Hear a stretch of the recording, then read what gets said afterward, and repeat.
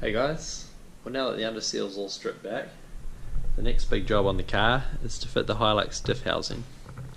To do that, I've temporarily fitted the suspension arms that we've done up, and I've fitted in the Mazda housing here, and we've got this aluminium straight edge clamped onto the chassis rail at the lowest point.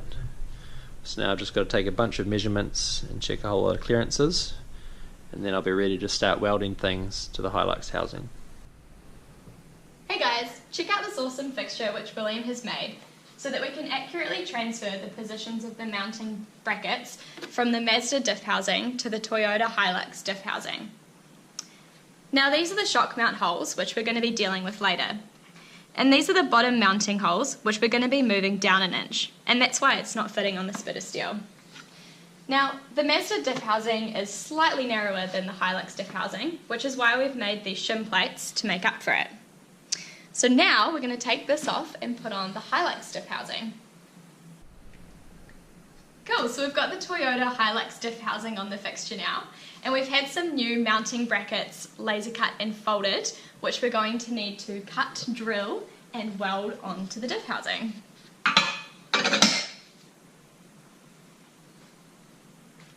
Cool.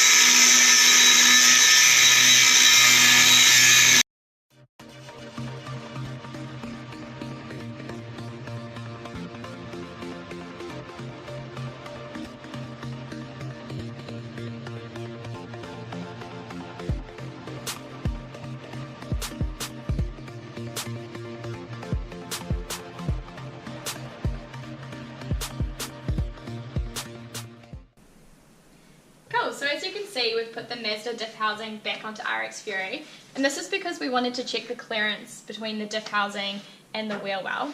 Now to do this, we've created a profile template off of the Hilux diff, and as you can see, there is a little bit of a clearance issue because we know that the Hilux diff housing is slightly bigger. Now we could just fashion the wheel well a little bit so that there aren't any issues. However, we want to make our fuel tank capacity a bit bigger. So what we've decided to do is to section the wheel well about 40 mils. So that's what we're going to do now.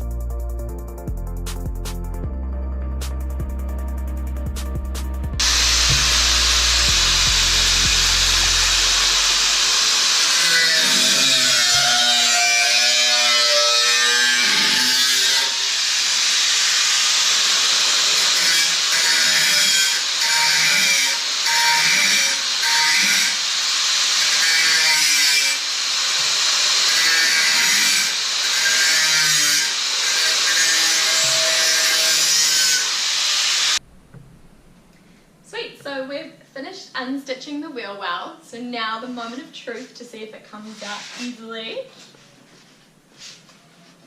Ta-da!